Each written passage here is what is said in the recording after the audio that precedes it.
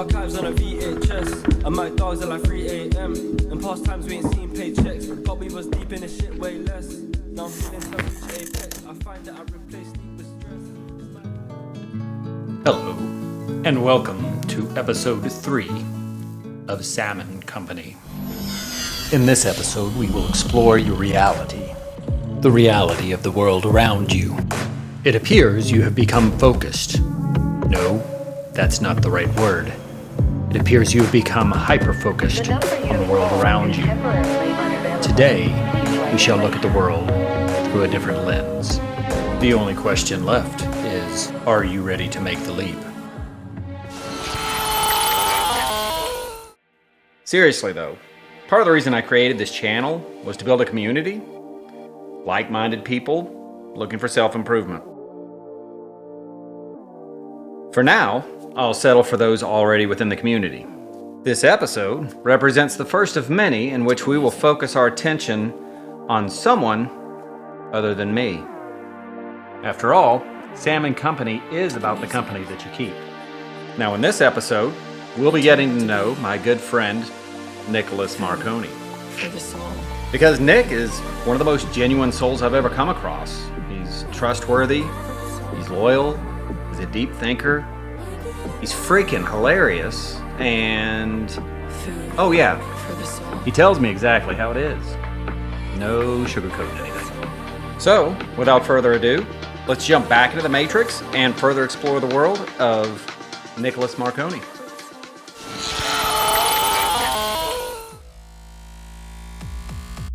I'm not sure why we can't just teleport to the interview room. I'll have one of my agents look into that.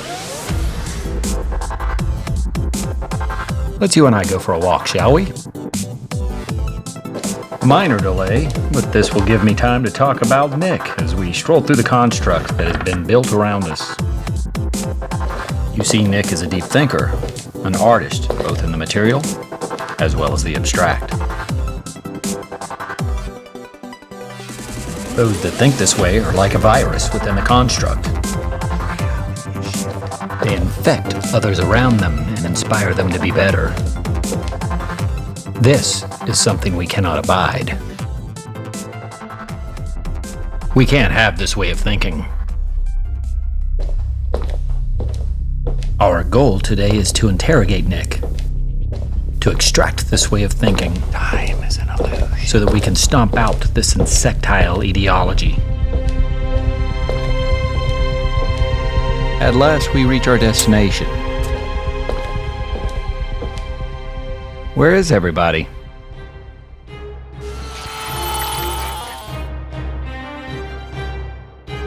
Late as usual, Agent Leroy? And apparently you didn't get the memo. He didn't get the memo. He didn't get the memo. He didn't get the memo. What memo? He didn't get the memo? The new no facial hair policy. Relax, Agent Leroy. Just try to be a little bit more prudent next time. I'm just wondering why nobody told me. Well, it is kind of the whole point of a memo. Well, fair enough. It's an easy fix.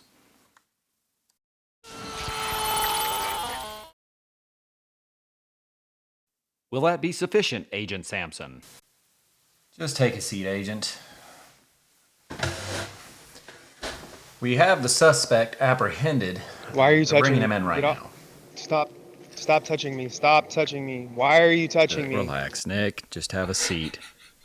Mr. Marconi.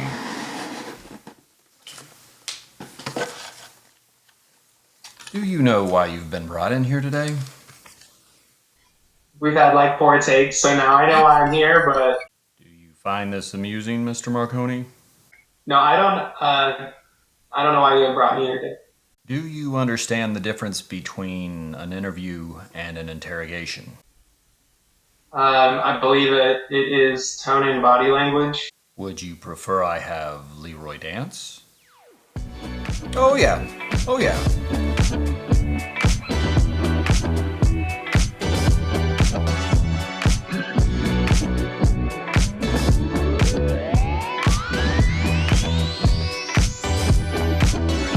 Enough. Shall we move on? Let's start with your name and a little bit about yourself, shall we? My name is Nicolas Marconi, and as far as what about me, it really depends on what do you want to know. Tell me a little bit more about automatic drawing. Automatic drawing is the relinquishing of intention for a concept or creative piece that you're making. For instance, if you were doing a still life or a portrait, you're probably looking at a reference or you have an idea that you want it to look like. Versus automatic drawing, you really just relinquish intention and just make marks on a paper. Sometimes they look like something at the end, and that's usually the fun part of the process of just every mark is correct. The object is of automatic drawing from my perspective is to no lines are bad lines, and then I'll fill the page up, Very intriguing. Are there any other artistic styles you are drawn to? Nice pun, Agent Samson. Well done. Yeah, I'm drawn to a number of different styles. I really enjoy looking at surrealism, hyperrealism, fantasy animation. There's really just a lot of different art styles. I feel like when I look at some art, I can see the intentions or emotions behind what the creator was trying to do, and I really enjoy looking at stuff that people have really put effort into, and I mean that's awesome. Enough with the horseplay, agents. You can leave now. Mr. Marconi, sorry for the disrespect. Are there any other artists that you are inspired by?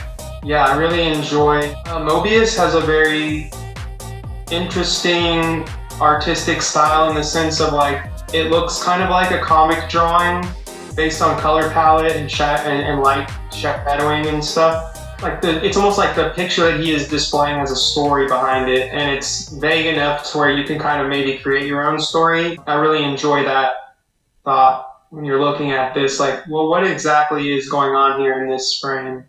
And then I really enjoy Tim Gula. I watched him when I was learning about automatic drawing, and he would make these things called Gulascapes.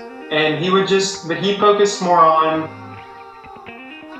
the movement, how he's moving. He's making lines like this, but he was less worried about what the lines look like and more about just the flow of moving the pencil or pen or whatever you're creating with on page.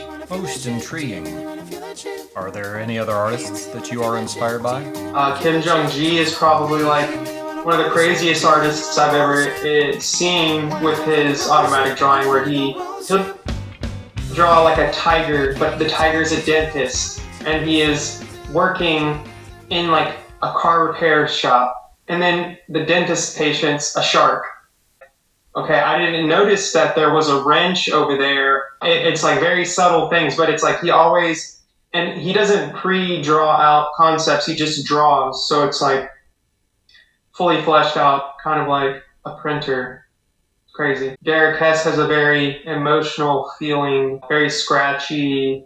Salvador Dali is very, push the boundaries of realism to make it more of a surrealistic feel.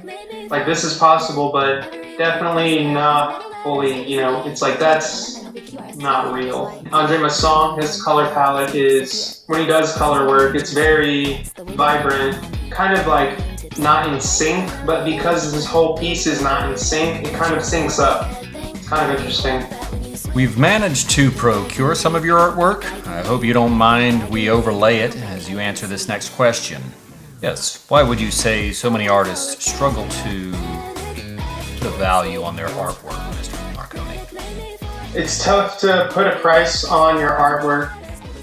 I think there's a fine line. Everything about it is personal preference.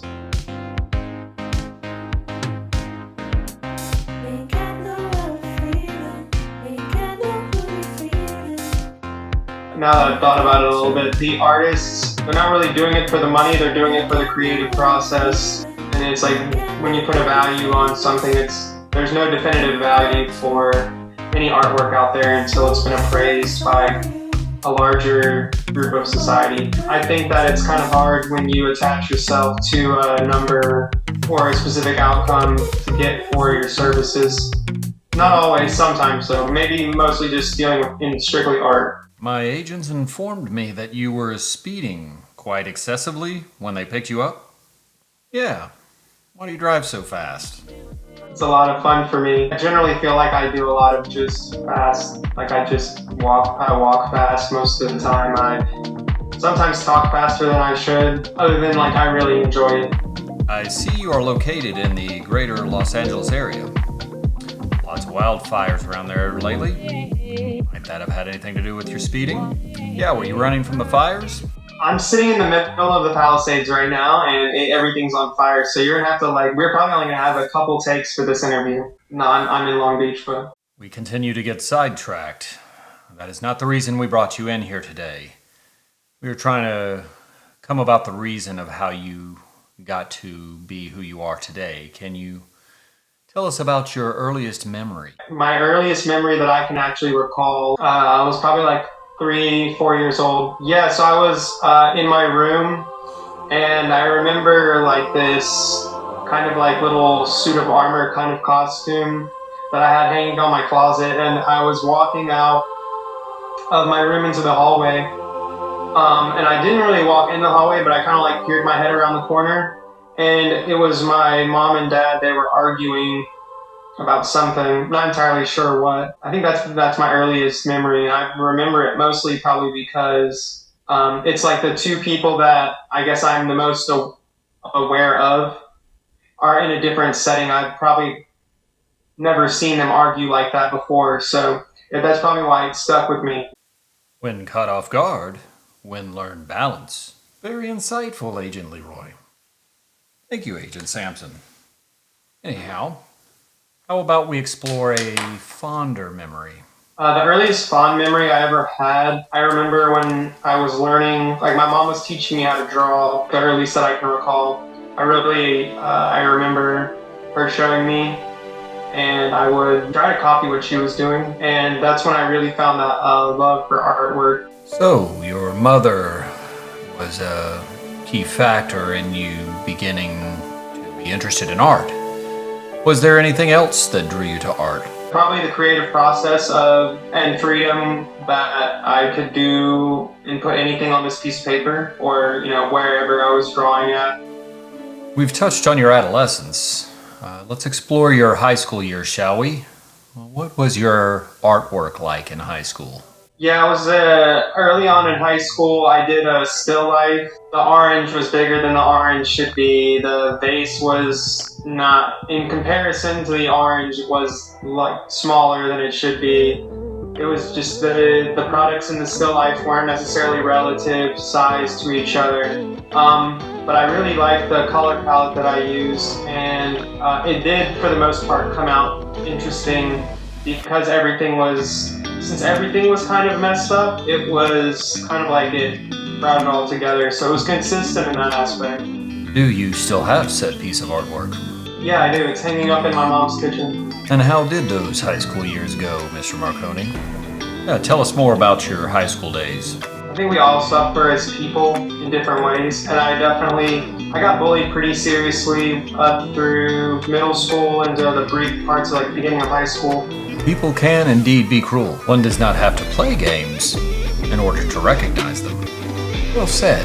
You're on fire today, Agent Leroy. But for the most part, I had a great childhood, loving parents. My mom, she worked till 7 p.m., so I had the freedom to kind of explore. Do you ever look back on your life and feel regret for mistakes you might have made? No. Actually, I'm a computer program. I was basically designed to be mistake I was talking virus about free. Nick.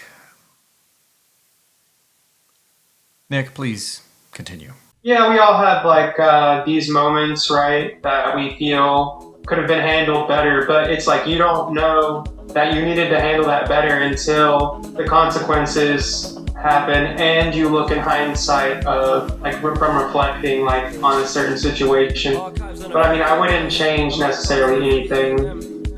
because I wouldn't have the knowledge that I have now if I went back and changed some of those choices. Is it safe to assume then that you made your fair share of mistakes when you were younger?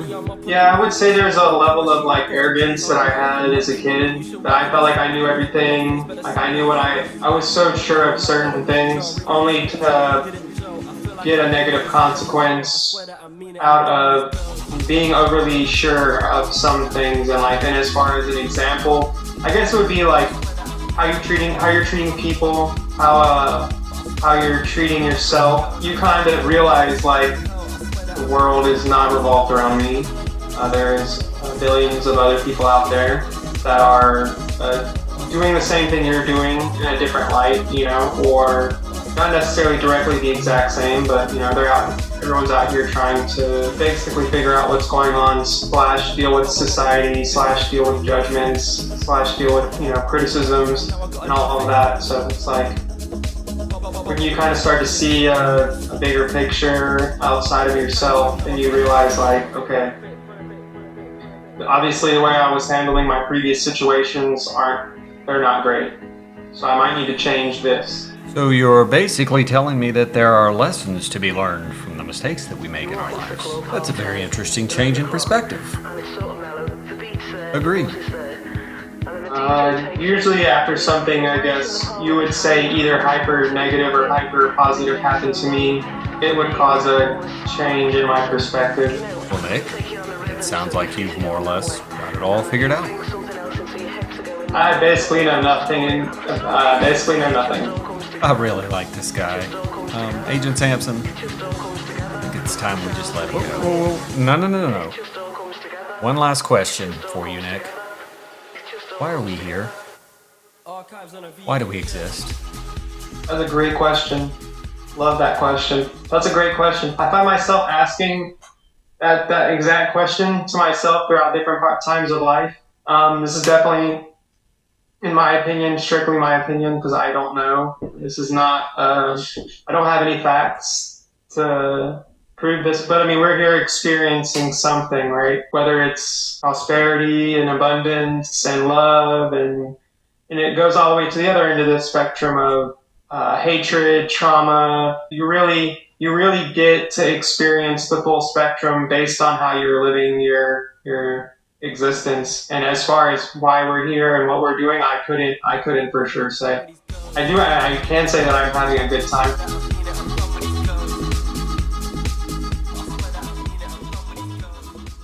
Wow, this has been a challenging, but it's been a fun episode to make.